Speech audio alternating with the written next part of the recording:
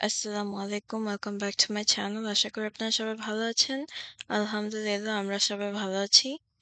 আজ হচ্ছে বেগুন, আলু আর রুই মাছ দিয়ে একটা তরকারি রান্না করব।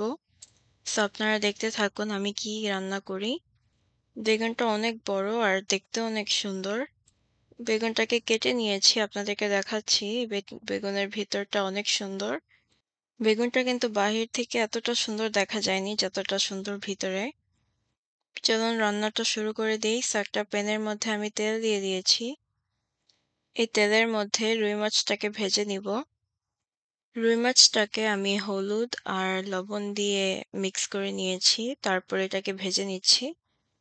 যেকোনো মাছই ভাজি না কেন আমি হলুদ আর লবণ দিয়ে মিক্স করে নিই প্রথমে।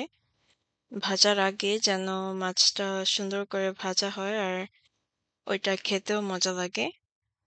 আজ অনেকদিন পরে রুই মাছ রান্না করা হচ্ছে। So I am very excited.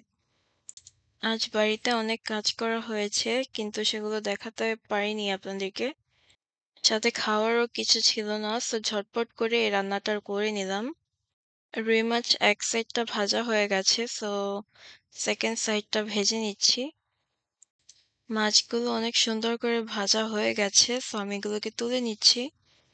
সেই সেম প্যানের মধ্যে আমি আরেকটু তেল দিয়ে দিয়েছি আর ওটার মধ্যেই আমি এই বেগুনগুলোকে ভেজে নিচ্ছি।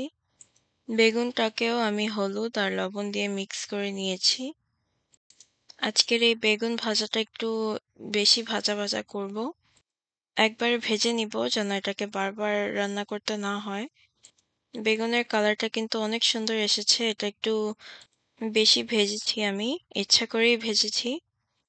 আজকের তরকারিটা খেতে যা হবে না, এটা খেতে অনেক মজা লাগবে। সো বেগুনও ভাজা হয়ে গেছে, বেগুনটাকেও তুলে নিচ্ছি। আজ সবকিছু ভেজে তারপরে রান্না করা হবে। এভাবে করে খেতে এটার স্বাদটাই পুরো ডিফারেন্ট থাকে। অ্যান্ড সো আপনারা এটা অবশ্যই ট্রাই করে দেখবেন, আপনাদের কাছেও এটা ভালো লাগবে। তো এখানে আলু নিয়ে নিয়েছি। আলুটাকেও হলুদ আর লবণ দিয়ে মিক্স করে নিয়েছি। আলুটাকে ভালো করে ভেজে নিব। মেক শিওর করতে হবে যে আলুটা যেন ভালো করে সেদ্ধ হয় আর ভালো করে ভাজা হয়। অ্যান্ড সো আমাদের আলুটাও ভাজা হয়ে গেছে। আমি আলুটাকেও তুলে নিয়েছি। সেম প্যানের মধ্যে আমি অল্প একটু তেল দিয়ে এখানে পেঁয়াজ কুচি দিয়ে দিয়েছি। পেঁয়াজটাকে একটু নরম করে নিব রান্না শুরু করার আগে। অ্যান্ড সো পেঁয়াজটা নরম হয়ে এসেছে, দিয়েছি আদা রসুনের পেস্ট, হলুদের গুঁড়ো, মরিচের গুঁড়ো, জিরে গুঁড়ো, ধনিয়া গুঁড়ো, স্বাদ মতো লবণ।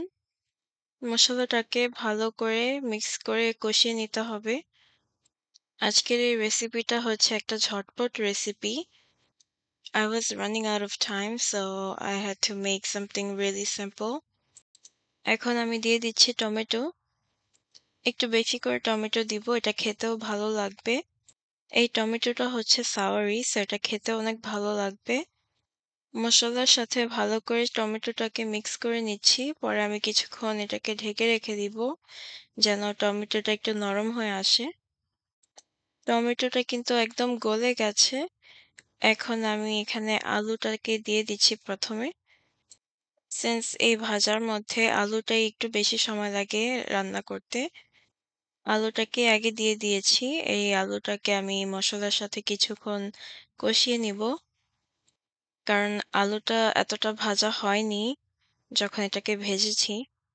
কিছুক্ষণ ঢেকে রেখে দিয়েছিলাম আর এখন দেখুন একটু পানি দিয়ে দিয়েছি যেন আলুটা ভালোভাবে সেদ্ধ হয়ে যায়। অ্যান্ড দেন এটাকে ভালো করে একটু নেড়ে নিচ্ছি। তারপরে আমি এটার মধ্যে দিয়ে দিচ্ছি রুই মাছ। ভাজা রুই মাছগুলোকে বিছিয়ে দেওয়া হচ্ছে। রুই মাছটা এভাবে ভাজা খেতে অনেক মজার। কিছুক্ষণ এই মাছটাকে আমি নেড়েচেড়ে নিব যেন ঝোলটা একটু মাছের ভেতরে যায়। ঝোলটা মাছের ভেতরে গেলে খেতে অনেক মজা লাগবে। এতটা ড্রাই লাগবে না খেতে। It's gonna taste really juicy. And so মাছগুলোকে আমি উল্টিয়ে দিচ্ছি যেন এক সাইড যেটা হয়ে গেছে এখন দ্বিতীয় সাইডটাও হয়ে যাবে ভালো করে। লাস্ট বাট নট লিস্ট বেগুনটাকে দিয়ে দিচ্ছি, যে বেগুনটা আমি ভেজে নিয়েছিলাম। অলরেডি কিন্তু মাছের তরকারিটা দেখতে খুব সুন্দর দেখাচ্ছে। অ্যান্ড আজকে হচ্ছে ঝোল, ঝোল করব না। আজকের এই ঝোলটা অনেকটুকু মাখা, মাখা হবে। সো আজকের রেসিপিটা হচ্ছে রুই মাছ, আলু, বেগুনের বাগার। আপনাদেরকে বুঝিয়ে বলতে পারব না যে আজকের এই মাছের তরকারিটা কিন্তু খেতে অনেক মজা হয়েছে। দেখুন সবকিছু অনেক নরম হয়ে গেছে। তার মানে হচ্ছে আমাদের রান্নাটা হয়ে গেছে।